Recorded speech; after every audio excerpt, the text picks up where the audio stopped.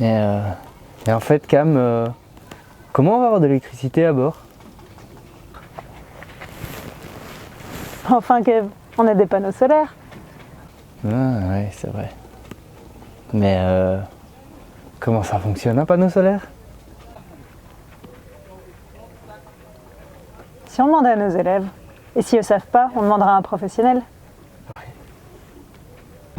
Donc je me présente, je m'appelle Jérôme De Bruyne, j'ai créé la société Soltis il y a 8 ans. Soltis est actif dans l'énergie solaire, principalement photovoltaïque.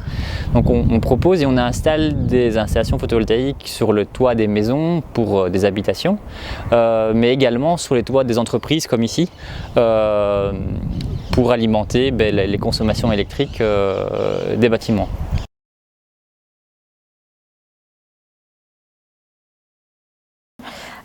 C'est une technologie, on utilise les rayons du soleil pour créer de l'électricité, alimenter des maisons, tout ça.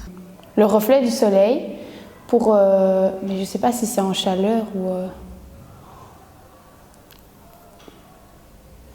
Ça nous permet de chauffer notre bain, de chauffer notre nourriture pour manger, voilà.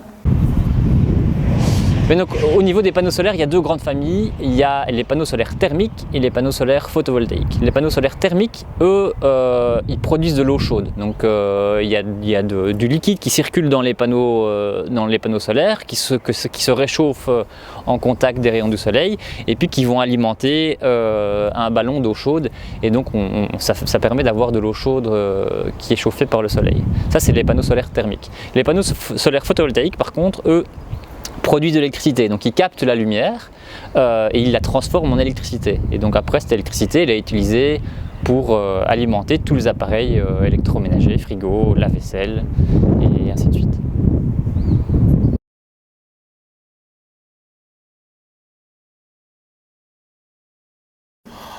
C'est composé de pétrole, je pense. Du carbone, je sais pas. Alors il me semble que c'était tous des petits miroirs. Il y a peut-être du verre. Je sais qu'il y a sûrement un circuit électrique dedans, mais ça c'est juste mon cours de chimie, quoi. Donc ça, c'était une question compliquée. De quoi est composé le panneau photovoltaïque? Principalement de silicium, donc de cellules composées de silicium pur. C'est le silicium qui transforme la lumière en électricité.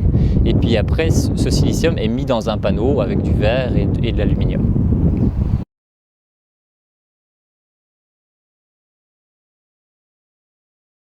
Oui, il y a l'énergie éolienne, l'énergie hydraulique. Les barrages, l'eau. Les éoliennes, le vent. En fait, ça dépend de tous les points de vue d'énergie, parce que on pourrait parler d'énergie avec la nourriture qui nous donne de l'énergie, parce que ça je connais bien, vu que ma mère elle a un potager, elle travaille beaucoup avec ça. Parce que ça je connais bien, vu que ma mère elle a un potager, elle travaille beaucoup avec ça. Et donc en énergie renouvelable, donc il y a le photovoltaïque, l'éolien, il y a aussi la biomasse, la géothermie et l'hydraulique, c'est à peu près tout.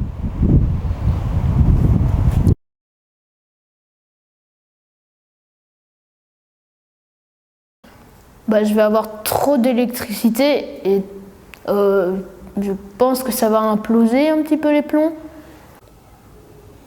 Ça arrive pas souvent.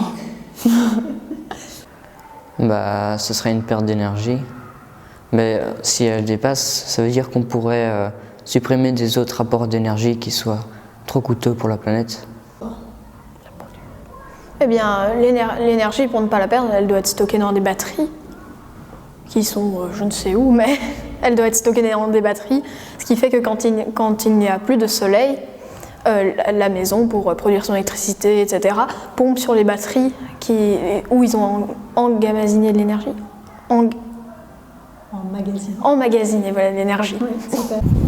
Donc, Donc que se passe-t-il quand les panneaux solaires produisent plus d'électricité que ce que consomme la maison par exemple? Ce qui arrive assez souvent parce que les panneaux solaires produisent la journée et habituellement la journée il n'y a pas grand monde à la maison. Donc pas beaucoup d'appareils électriques qui fonctionnent.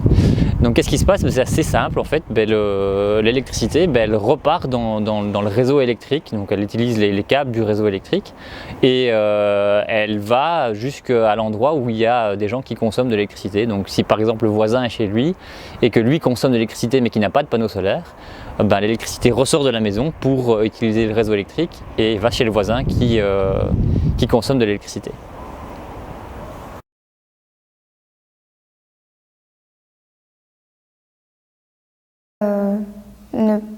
Quand il fait beau ou quand il y a de la lumière, éteindre les lumières pour pas gaspiller.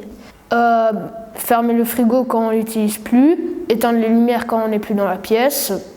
Faire attention aux lumières qu'on utilise, éteindre celles qu'on n'utilise pas dans la pièce.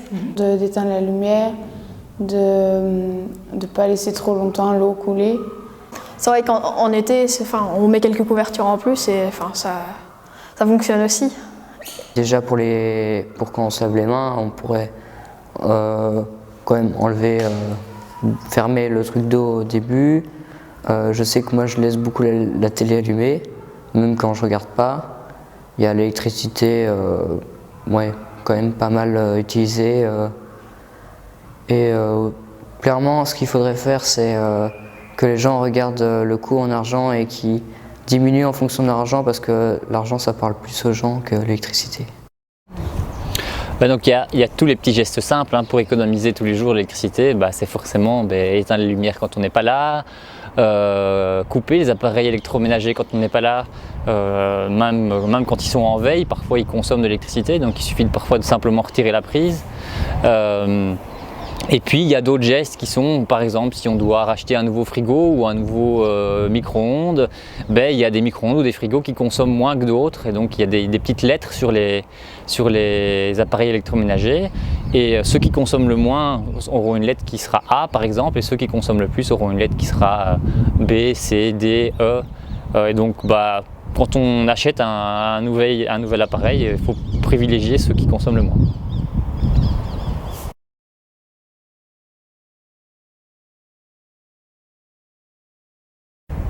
Donc c'est la grande question de savoir si même en Belgique, avec le peu de soleil qu'on a, une installation solaire photovoltaïque fonctionne et peut générer suffisamment d'électricité que pour être intéressant.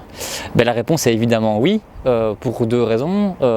C'est que il ne faut pas forcément du soleil pour que les panneaux solaires fonctionnent, ils fonctionnent avec la lumière. Donc même un jour aujourd'hui nuageux, il y a une production d'électricité qui est faite. Et puis pour donner un exemple très concret, il suffit de 14 panneaux sur le toit d'une maison pour produire l'équivalent de ce que consomme la maison sur une année.